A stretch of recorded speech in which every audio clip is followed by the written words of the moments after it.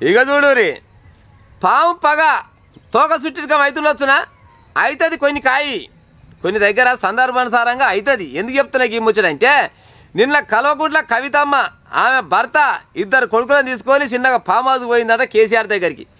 పోతేనే కారు ఆరని కొట్టగానే వమ్మ వాళ్ళకి వచ్చినా చూస్తారు కదా వమ్మ నా బిడ్డ వచ్చింది రాకరాకు వచ్చింది అనుకొని వమ్మ నువ్వు అవతలే ఉండు కానీ ఏందో పిల్లలు పంపని చెప్పిండట. చిన్న కొడుకు పంపిస్తే లోపలికి పోయినట. ఏం మనవాడ బాగా వచ్చినావు ఏం కథ అంటే తాత నాకు ఇక్కడ కాదు కానీ నేను అమెరికాలో చదువుకుంటాను పోతున్నట్టే ఓ బిడ్డ నువ్వు అమెరికాలో పోయి డాక్టర్ అవుతావా యాక్టర్ అవుతావా ఇంజనీర్ అవుతావా సాఫ్ట్వేర్ అవుతావా ఏదన్నా కానీ మంచిగా చదువుకో బిడ్డ చల్లగా వరదిల్లని దీవించిరట కేసీఆర్ భార్య. అవునా కేసీఆర్ గారు నీ బిడ్డనేమో బయట కూర్చోబెడితివి ఆమె పుట్టిన కొడుకునేమో తీసుకొచ్చి ఆశీర్వదిస్తీవి.